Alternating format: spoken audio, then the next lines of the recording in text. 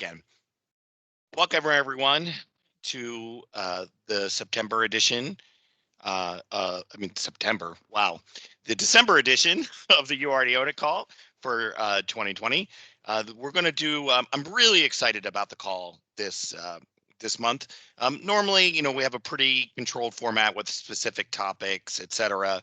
But as I went to send out my blog post with the newsletter this year, I looked back and thought about all the really great things we had talked about, and a lot of them have some updated concepts. And it'd be nice to understand and revisit what those things, what those items and topics, what their impacts were on our real customers. So I sort of assembled the Wonder Team here, my fellow cloud strategists and some other folks on the call.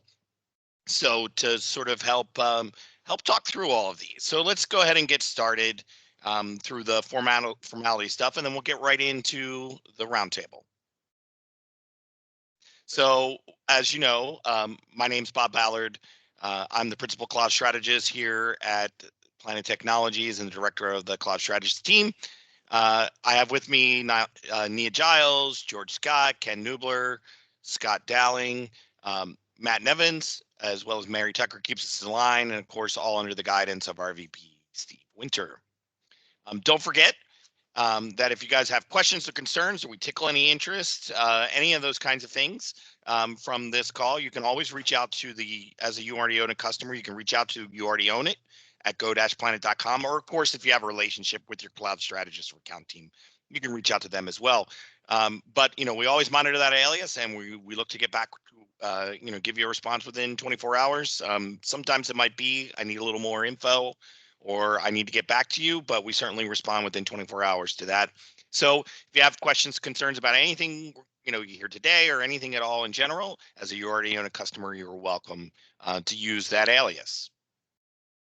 So the agenda for today, like I said, I went back looking at all the things that we had talked about over the last year, and there were some pretty powerful things, in the messages that we delivered this year. So I thought, sort of through a roundtable discussion, let's talk about these things, how they impacted our customers, what they mean, how they might, and then look forward into, which ones are going to carry over for big things that customers need to be investing in, as well as some other things that enter as well on looking forward. So let's go ahead and get started with the roundtable. I'd like to welcome George Scott, Nia, Matt Nevins, Scott Dowling, I believe. So I think they're all out there. There's some. We got a good crowd today, so I can't see everybody that's on the call for sure. But I sort of thought we'd start off with, what were some of the biggest trends of the year? And I think the beginning one of this is super obvious, right? But we're gonna, we're sort of build off on that. So clearly, this push to work from home is probably the number one IT trend of the entire year.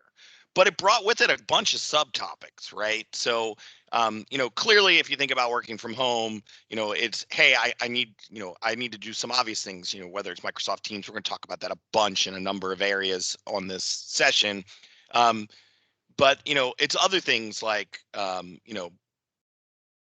Windows Virtual Desktop, security updates, etc., as well. And then, so if we think about these, trends and topics, one of them, I know, George, you had mentioned to me, we were talking the other day, you had mentioned about just how big an impact Windows Virtual Desktop has had to a bunch of your customers. You want to talk about that a little bit? Sure. So before Planet, I was in Microsoft Education for about 15 years. And throughout at least 10 of those years, I watched different schools attempt to deploy VDI, mostly from VMware with Horizons. And I would say at least 80 to 90% of those deployments either got stuck or weren't successful. The ones that were successful, they poured lots of money into it because they were recovering real estate, right? So University of Miami is one that I remember that was successful. They were actually able to recover some real estate from computer labs from their engineering team And it didn't matter how much money they poured into the VDI implementation because they got the money back by being able to hold classes where those labs were. So it's always been hard to deploy VDI. And throughout the years of working for Microsoft, I always said utopia would be when Microsoft adds this, to their cloud offerings. And they did a couple of years ago, and it just gets better and better. When COVID hit, we were inundated with requests to do Windows Virtual Desktop pilots and deployments, and we've got a bunch of them out there. It's so much better than trying to do it on your own because you don't have to buy the hardware, manage the hardware. You can get a master image or even dedicated images. And then something that a lot of people don't realize is that it scales so much better because you have the shareable version of Windows and they've built in code into the office that they use up there so that it streams better. So there's actually advantages in Windows Virtual Desktop that you just can't get with any other VDI implementation. Bob? Yeah. I mean, so I know Matt, you've been involved in a bunch of these as well. So like how many customers were we talking about? Like how many engagements around this on a I know you don't know. I'm not looking for you to dig up the exact number, but how many customers are we talking about here that we worked with personally? Yeah, I think I think that number, across both our state, local government, education, and then our defense industrial based customers is certainly over 20. And especially in my purview, which is defense industrial base, having a secure enclave to access content that needs to be protected in a certain way, though still accounting for that hybrid work scenario.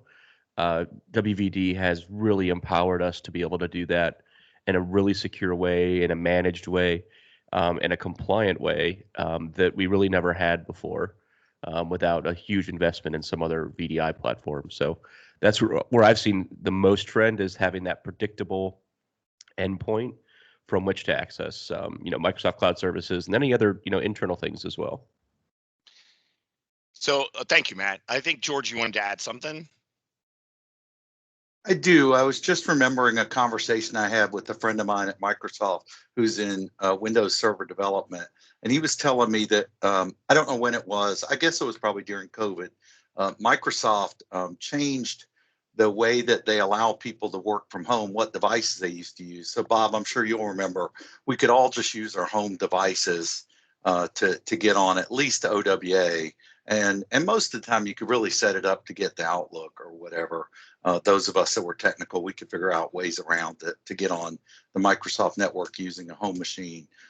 My buddy was telling me that now they don't allow any home devices at all to access the network and without registering the home device to be owned by Microsoft, right? And setting it up. Of course, no one's going to do, right? So yeah, exactly. And my buddy was like, I'm not letting them do that. So he's using Windows Virtual Desktop, as an alternative to doing that. I imagine a lot of other people are doing that. So I was just thinking about it while Matt was talking. That's actually pretty interesting, idea. Let people use their home machines, but have them come in using Windows Virtual Desktop. And then you've got total security and the convenience of people just using their computer instead of having to have this work computer that only works for work. Yeah, absolutely. So we'll table, sort of this Windows Virtual Desktop thread. I think we might revisit it because I feel like it's clearly something that is going to carry over into next year when we start talking about the big plays for next year. I don't think, there's a bunch of folks from Planet, there's a bunch of folks out there, that are our customers. I don't think we can continue this conversation on the impact of, sort of working from home and the technologies that are being driven by that without talking about Teams, right? If there was one conversation that, above all was, was the development and maturity of Teams in this last year. And there's a couple of things. One, I think many of our customers were using Teams, for instant messaging, maybe some point-to-point, audio calling, et cetera. A bunch were using it for web conferencing, although, maybe not formally or maybe in competition with other vendors, etc. I think there was some document collaboration going on. But I think one of the things, and Ken, I'm gonna bring you in a little bit to talk more about this, but I think one of the biggest changes that we saw was it's one thing when these technologies are augmenting your in-person experience occasionally, right? Yes, we're all together. Sometimes we bring in people. Sometimes I work from home occasionally, and I do this or that or the other thing. Sometimes I work on, I need this document collaboration process, et cetera. But in worst cases, I can always walk it down to Sharon or Jim's office and put it on their desk. When that all goes away, the scrutiny really, really comes on your tools and processes in your organization. And for me, the thing that blew me away was exactly how all of our customers suddenly, all at once, realized, I understand now why we were supposed to be using some of these tools and processes to automate some of our systems, right? And so, Ken, I know you've been Mr. Teams this year, so I don't want to take up too much oxygen talking about it when we can have, I think I think I need a slide in a picture with Ken with a special little cape and the Teams logo on the back. So let's, your thoughts on sort of the evolution of Teams over the course of the year, and then maybe even start hinting at where we're going to go when we get at the end to talk about where it's going to go for the year to come. Yeah, I'll definitely wait for the end to talk about that. But yeah, I mean, Bob's right. I mean, I can't tell you how many times I talk to customers and say, you do realize that Teams is not one application. It's not, and it's not just a chat. It's not a conferencing or a collaboration tool. It is the hub. It can do pretty much anything you want it to do. If you can envision it, you can pretty much build it into Teams to replace a business process. So that's what Microsoft really launched this year, about the August timeframe, with the announcement of DataFlex. And obviously there was some name changes, DataFlex, Project Oakdale. They've finally settled on Dataverse. And what Dataverse is that they announced about was giving you the glue to hold everything together. It's tying the common data services of things like Power Apps and Dynamics and having that relational database built right into Teams. And that is such a powerful tool because now you have native integration with Power Apps, Power Automate, Power Virtual Agents right inside a team and be able to create those applications with your Teams license. So as long as you can handle, there's some limitations as far as how big that database can get or whether it can connect to premium connectors and things like that in Power Automate. But as long as you can stay within those boundaries, it's now part of your license for Teams. And that's what makes Teams as a platform so expandable moving forward for your business processes. That combined with single sign-on allows for a much more streamlined process moving forward, where all your Azure AD apps, anything connected to your Office 365 credentials, can now be used as single sign-on. Hold on to that token from app to app in your line of business so that you don't have to re-authenticate constantly over and over again. So I would say the biggest thing that has happened this year is Teams finally matured. It finally was launched as a platform, right, where you can develop on it. In fact, Microsoft even gave the ability to do GitHub versioning control with the Power Platform products and things like that right into the GitHub, which is now saying that it's now a professional development platform to start building on. So it gave people the developers to go ahead to do that. So, I think we're going to see we'll wait for next year, but I think that's the biggest announcement of the year, other than, things like conferencing. The release of Together Mode was obviously very huge, right? That's walkie-talkie application. I don't know if you've all played with it, but it's kind of fun. Definitely for frontline workers, it could definitely be used. Transcriptions are incredibly powerful.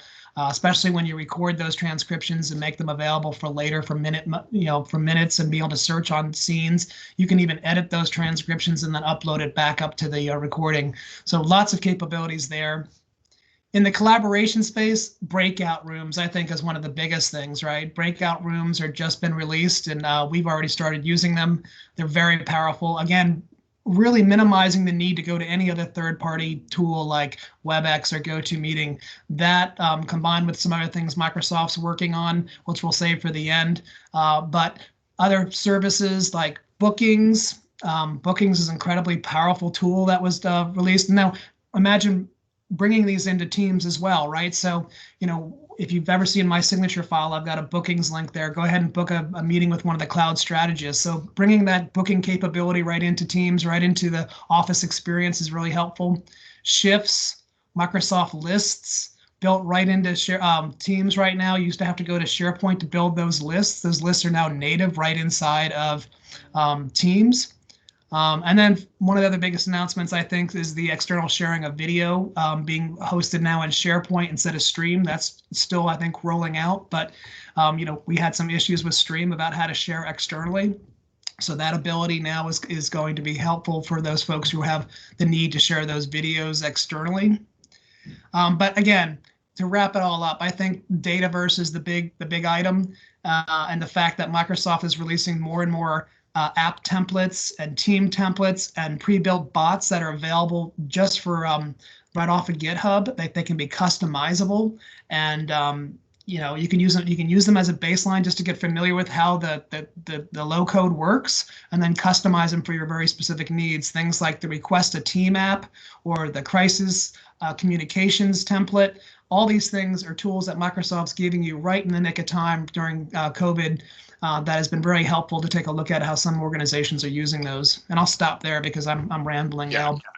Yeah, no, that's why I said, this has been a very passionate topic. And Nia, I'll get to you in just a second. I know you're raising your hand to talk.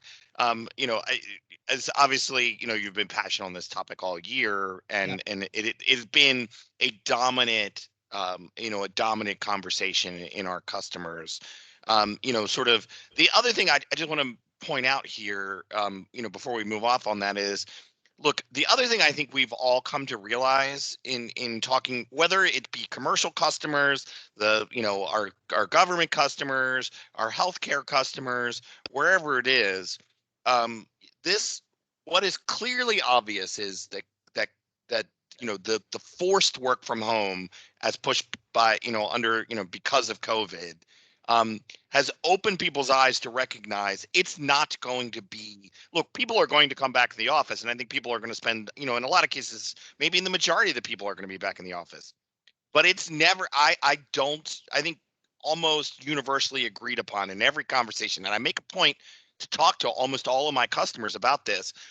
It's pretty universally agreed it's never going to be the same as it was pre-COVID. There will be people who work from home much more than before, because I think there are some people who have thrived under this, or there were, job roles and requirements that were easier to meet because I didn't have to have somebody who was 20 minutes from wherever we're located, right? Or an hour or under an hour. And so that is going to be permanently changed on some level. So I know, Nia, you had something you wanted to talk about, so I figured I'd Yeah, since we're talking about Teams and the integration of the Power Platform, I just wanted to add that the AI Builder is also part of the Power Platform. We had a session on this previously, but just wanted everyone to be aware that you now have access to Azure AI functionality from right within Power Platform, which means you can have access to that within Teams. So some functions that we talked about before were things like predictions. Recently, they just had a new release. So previously, I explained that there are, custom models and already built models, and these are for people that are not data scientists or developers, and they're just working within Office, and they're the end user, basically business users. So Microsoft is giving them the power of Azure AI so that they can use that right within Power Platform in Office 365. So some useful things are like the receipt processing models that are already built, so you don't have to do any training of those models. Everything is already there. You just go to your Canvas apps, you choose the receipt processing model, and that's all you have to do. You can customize it, rename the labels or whatever, but it's already there and you don't have to do any more work. There are also some new prediction models that were just released because previously they only had the binary outcomes.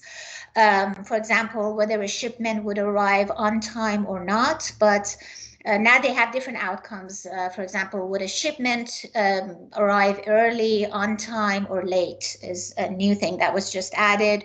Or you can also predict a number, things like how many days it would take to close a customer help desk ticket.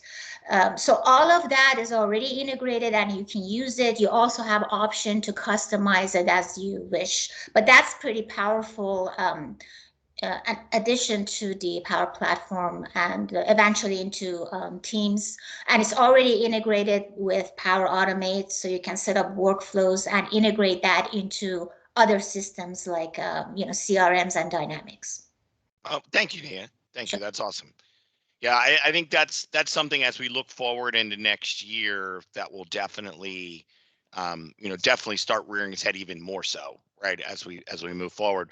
So with all of this, all this push to having users not be at their desks and making sure that content is in Teams, which by the way, just on one quick side segue before I get to security, which I think is the other dominant topic, both because people are working from home and just in general, I think taking that next step with security on the Office 365 platform has been huge this year and will continue to be. But one other one that really surprised me that happened this year was we had an extraordinary amount of file migration work this year, which tells me a couple things.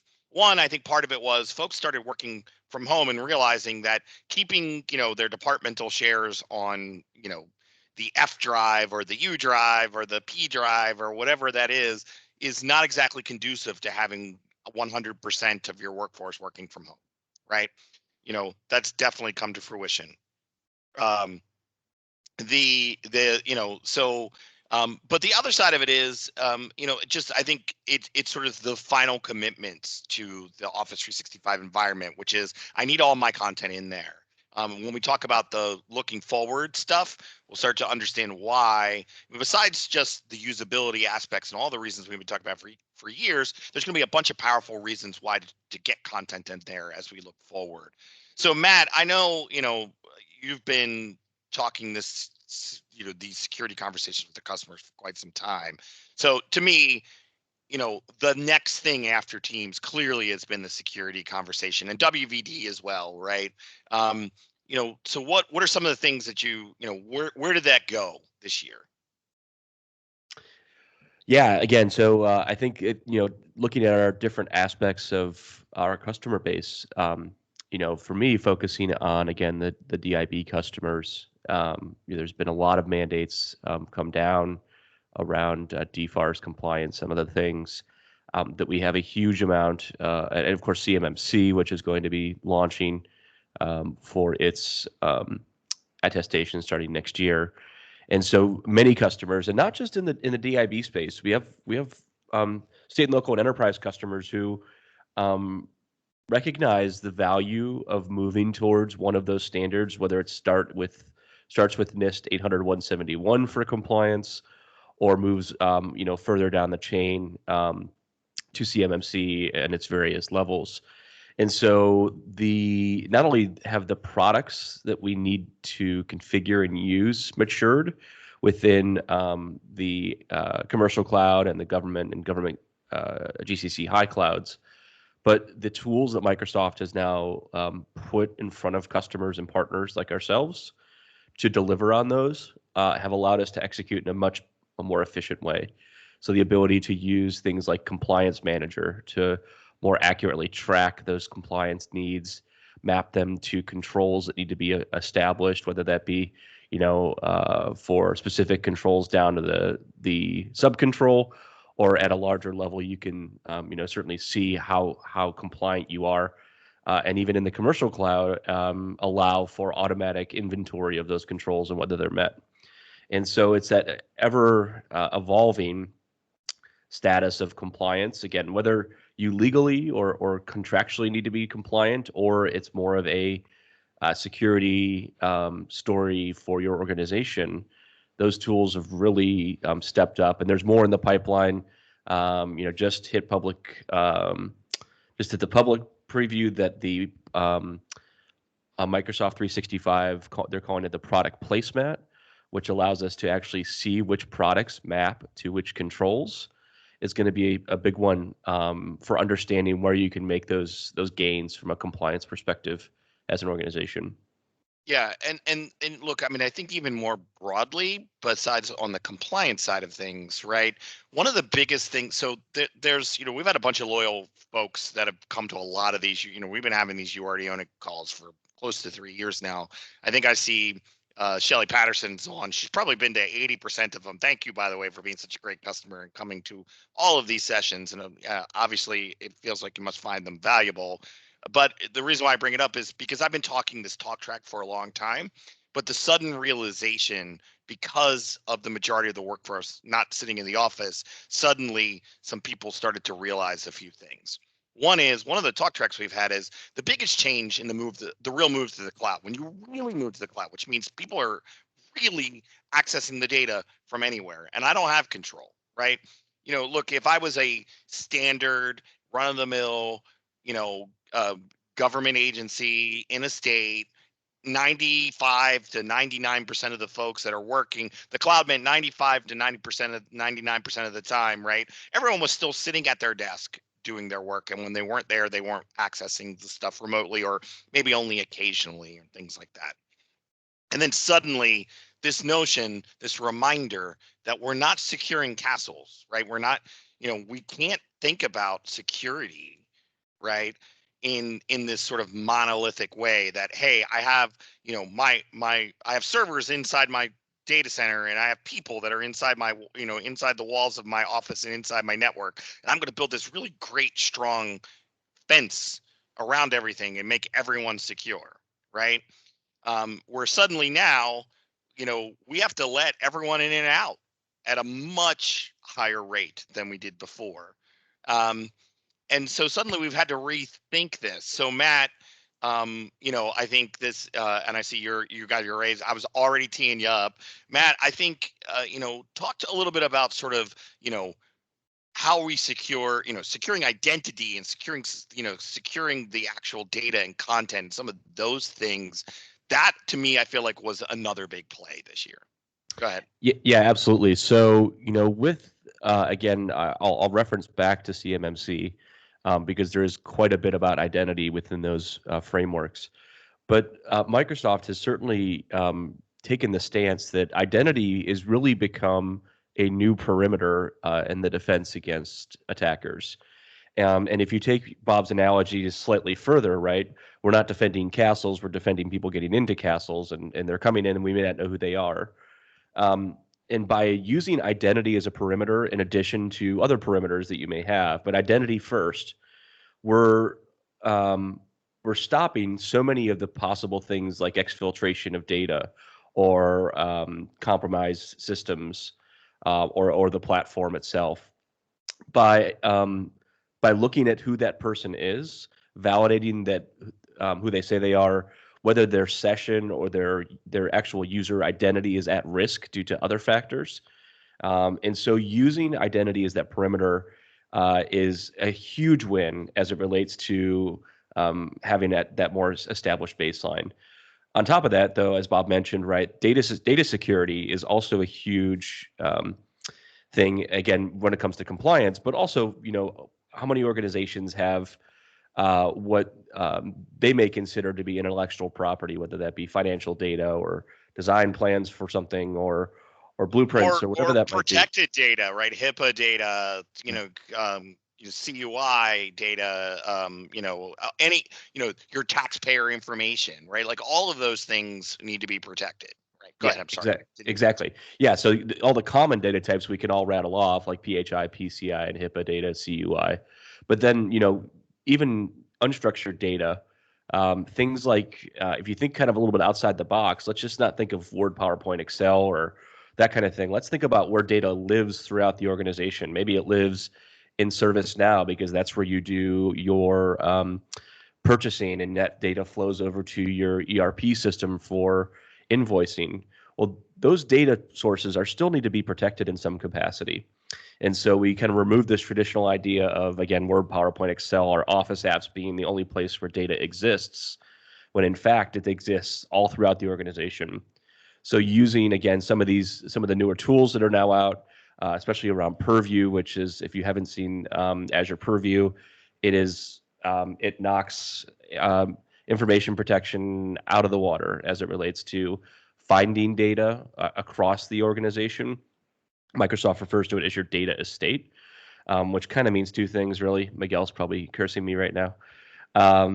But finding data, knowing what kind of data it is, and then applying protection to it regardless of where it's at. So again, if it's on OneDrive, Teams, or SharePoint, kind of our traditional places we'd think we'd store data, structured data as it were, that's great. But maybe you need to reach into Azure or AWS or Salesforce, or even Box if you're using an external, a third-party cloud storage provider. And that all really focuses on using cloud app security to do that, as well as Azure Sentinel. Yeah, absolutely. I mean, I think, I think that there's been some powerful adjustments in how we think about this. This sort of brings me to what I think is one of my favorite talks I've ever done, and it's been super well received when I've done it. When I've done sort of, um, one-off renditions to customers, which was my bots and body talk from earlier in the year. It sort of leans up all into that, right? And by the way, if you need any proof, right, look how much press and news has been on the recent breaches this last week or so, to talk about that this is a zero-sum game, right? You can't keep up with these attacks with the way that you've traditionally fought off on these attacks. You will lose. They're automated. If you're not automated and taking advantage of these technologies, you will lose eventually, right? The only question, really the only reason why, if you're not sort of adopting these technologies, that you haven't been breached yet, is because no one's found a reason to breach you yet. Right? I mean, that's the reality here. Whether you're government, commercial, et cetera, they will find you eventually, and they will breach you, right? So we have to start taking advantage of the automation of these protections that this platform provides, right? If you would have implemented the full M365 E5 security story in these SolarWinds breaches that we heard, yes, they would have still breached SolarWinds, but and yes, they might have gotten access to some amounts of data that are not in Office 365 environment and not protected and integrated. They would. I don't know, Nia, you've got something to say. I'll get to you in just a second. The integrated, et cetera. They would not have gotten access to any information or data, or the activities around things like creating federations and modifying APIs and all this stuff they did as administrators, that would have triggered 9 alarms to Sunday in sort of this new modern SOC that we talk about in the bots and bodies. So Nia, I know you had something you wanted to bring up as well. I just wanted to add, because we were talking about information protection or sensitive data information protection, just something new that we have all been working on with one of our customers is the exact data match based classification within Microsoft Information Protection. So previously you would upload generic data to train the system to find that sensitive information, but now you can actually use the actual data to be able to train Office 365 to identify that more accurately and with fewer false positives. And this just came out in November of last year, but they've added many new functionalities to this. There's actually a UI for this that just came out in December. And it's also has rolled out into GCC. So just wanted to mention that. Yeah, I mean, look, if we're going to secure the environment, one of the downsides of all of these technologies are, okay, how do I make sure that it gets it right? leveraging AI to better teach the environment to get right. What is sensitive to you in your organization? How is it different than other organizations, et cetera? I think is really important. And as we look to next year, I think that'll be a big play when we finish up here in a couple of minutes and start talking about the plays for next year. George, I see, is your hand still raised from earlier, or did you have something you want to say? Still raised from earlier. I did Okay. want to mention the security graph, back to security. I think that's huge. And the way that Microsoft has not only plugged in all their stuff, all their own stuff, but accepts like hundreds of third-party vendors to plug into that security graph. That's a pretty big deal. There was also an article just released today on what Microsoft did against the SolarWinds attack. And if you read it, it's pretty cool how much power they had to get in there and mitigate that attack, even though it wasn't their vulnerability. Let's get that pasted in the chat window. Can you do that, George? The link? Sure, absolutely. Yep, that'd be great. Yep, and I'll take my hand down. All righty. All right, and Miguel, I see you're on, and I know we didn't talk about you having a conversation, but if you're on, and it would be a sin to have one of the smartest guys in the business around data to not have anything about data, because there was a bunch of things that happened this year, right? So you got like 3 minutes. You want to talk about the 3 to 5 minutes?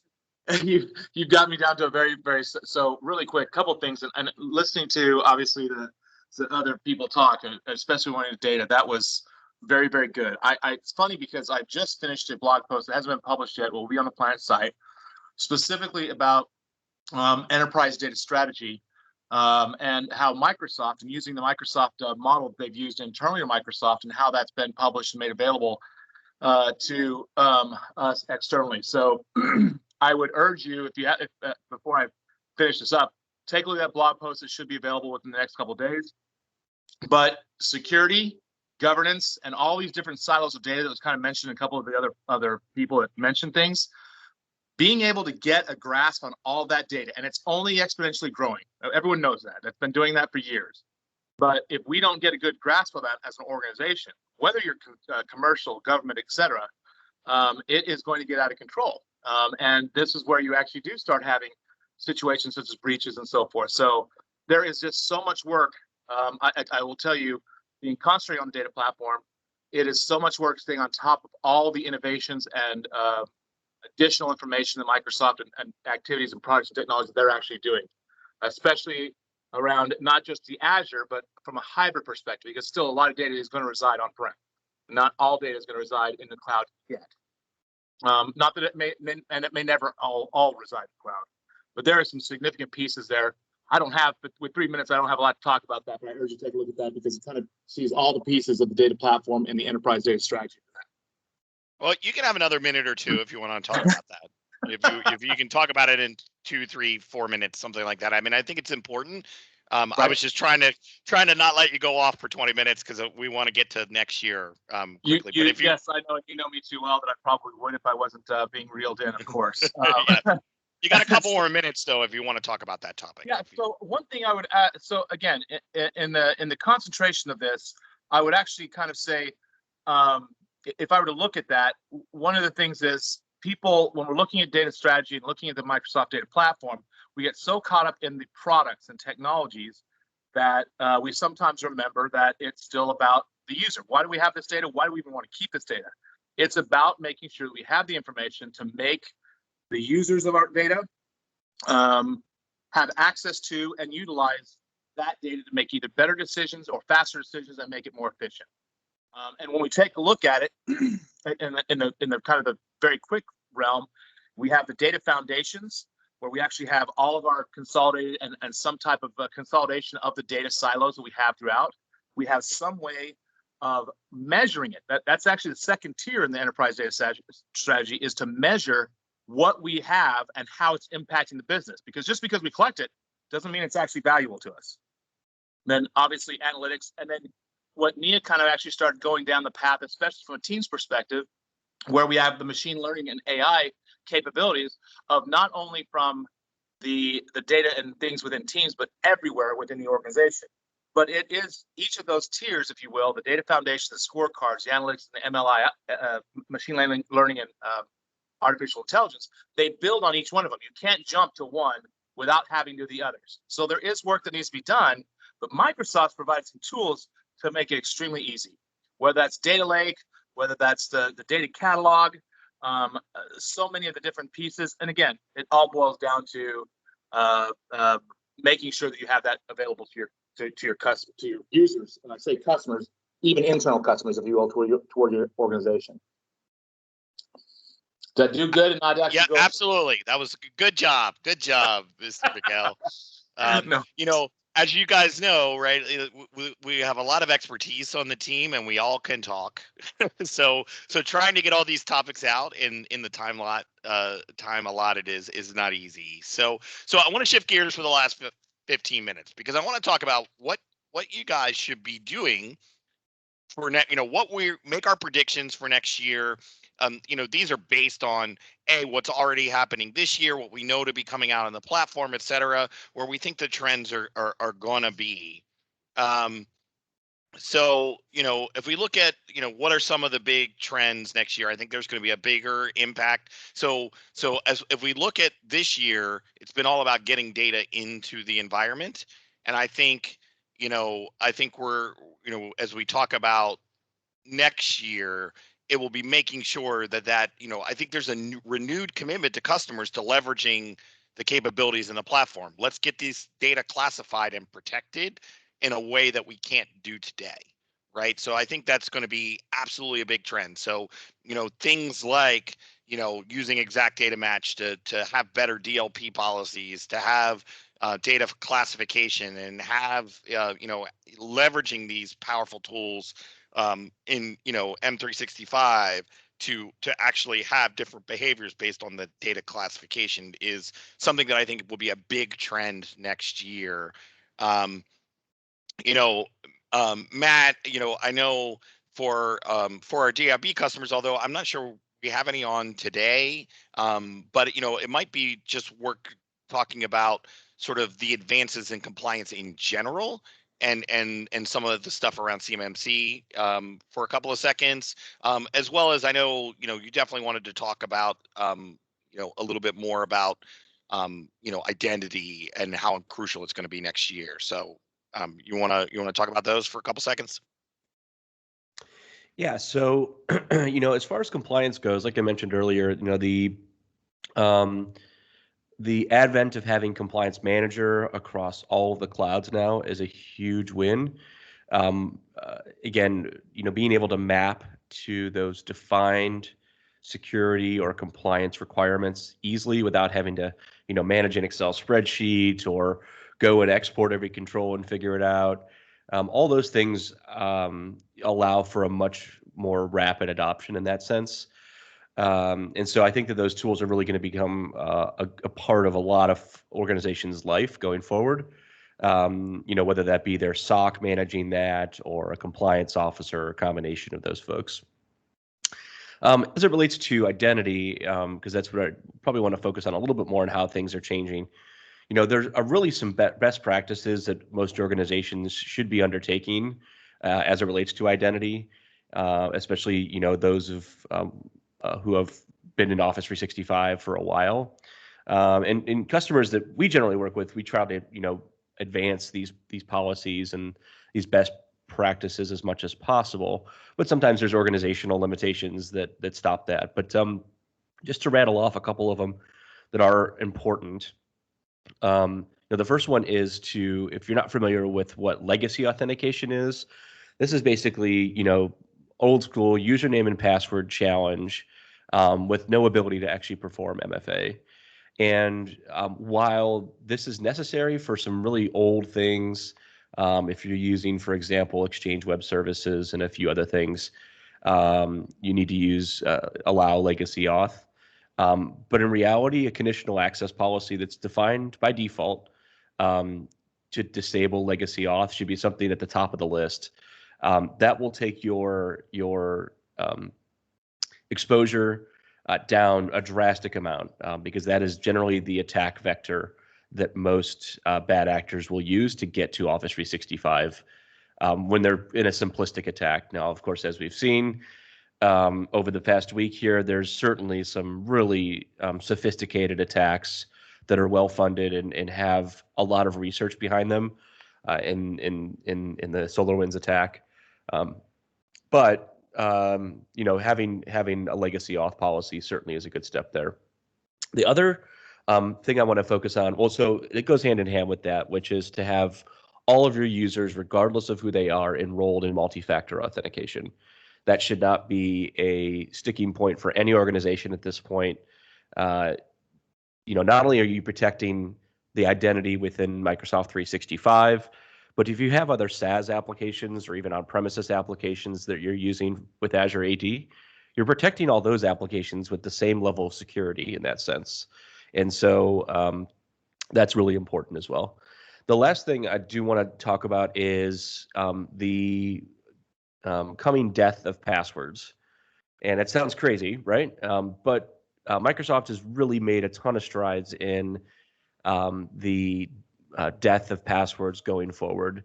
And by that, we mean that a user, for the foreseeable future will still have a password, but that password is not something they're going to ever have to use or remember because of the way that we use devices and bio to validate who users are. And so, passwordless sign-in is available across both commercial and government. It is not in GCC High yet. However, that is something I'm pretty passionate about because the experience is really very painless for an end user. And it actually makes their, day-to-day efforts quite a bit easier by just having that passwordless experience.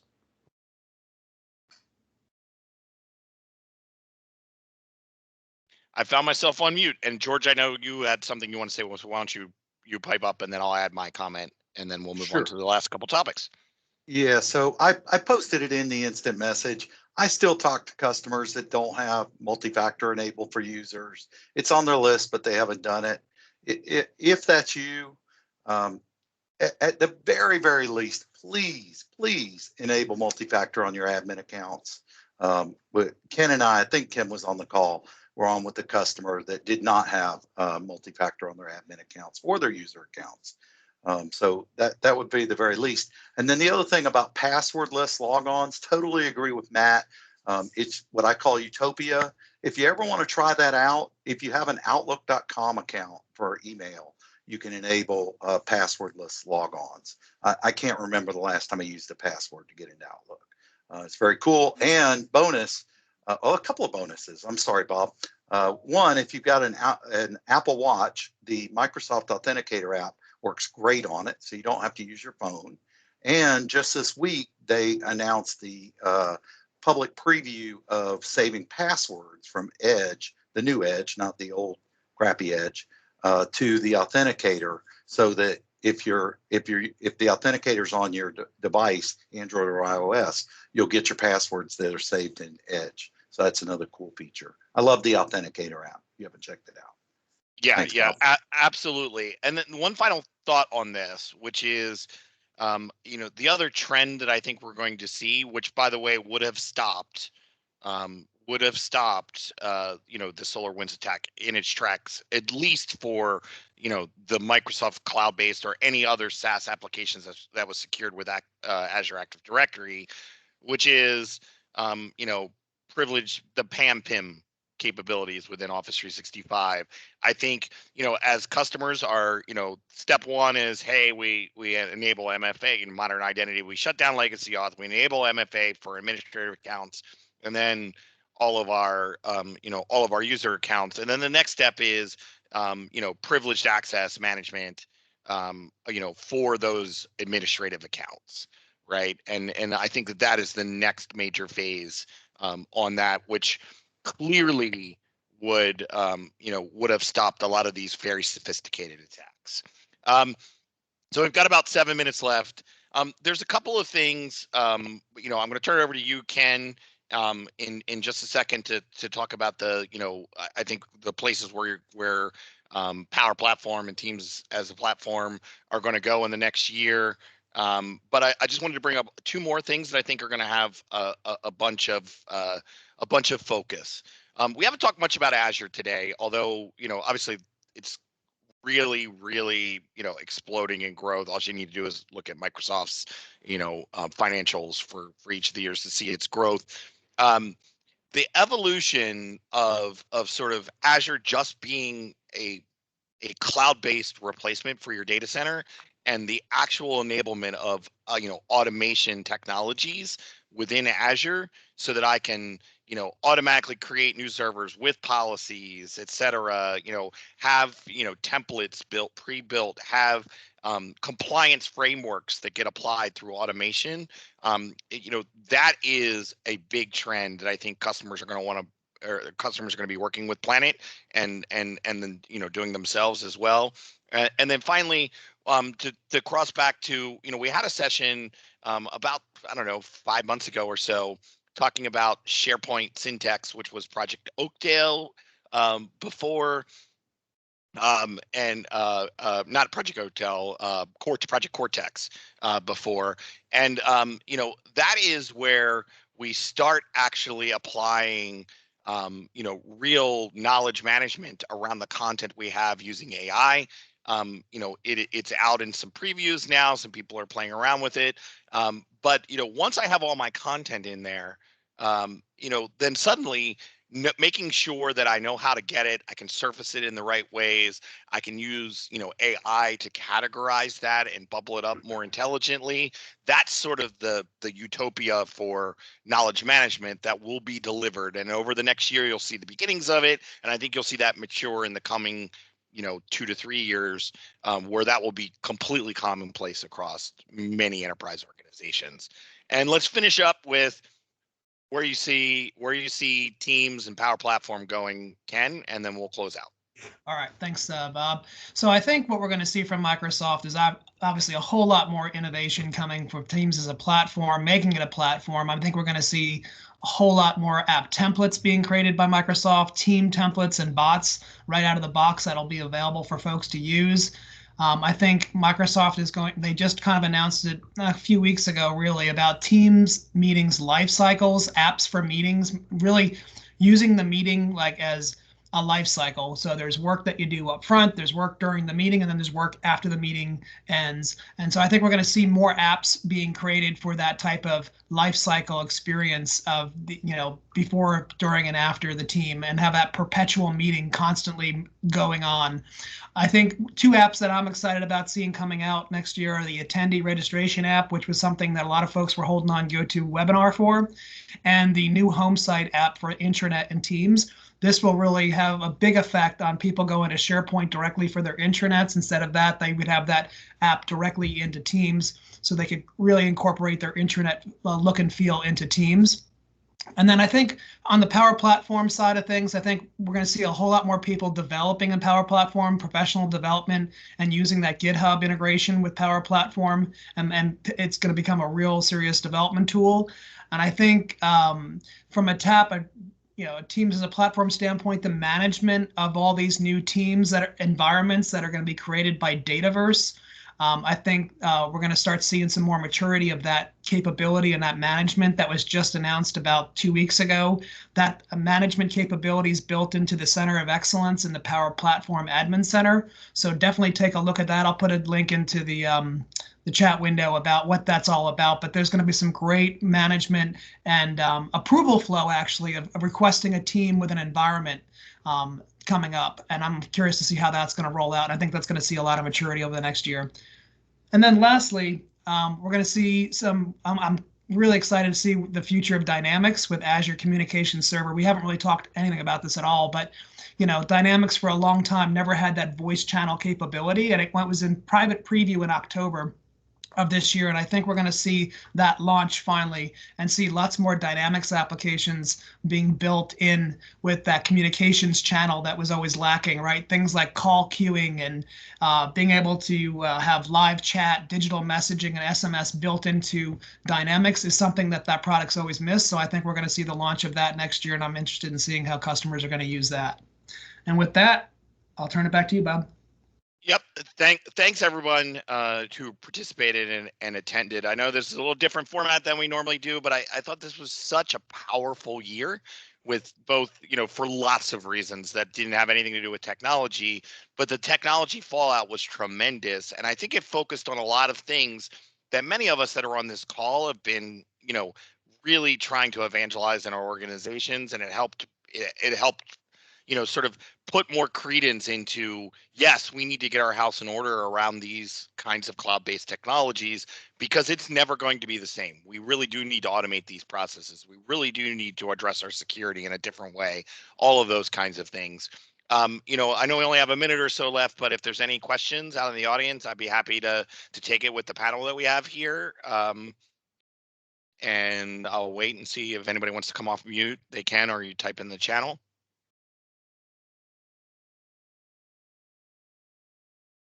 Wait a sec. If there aren't any other questions, I want to say happy holidays to everyone. And I wish you a safe and happy holiday season. We'll return to our normal format where we sort of focus and drill down on a specific topic starting next month. Thanks everyone, and a happy new year to you as we roll into 2021. Thanks. Thank you, Bob.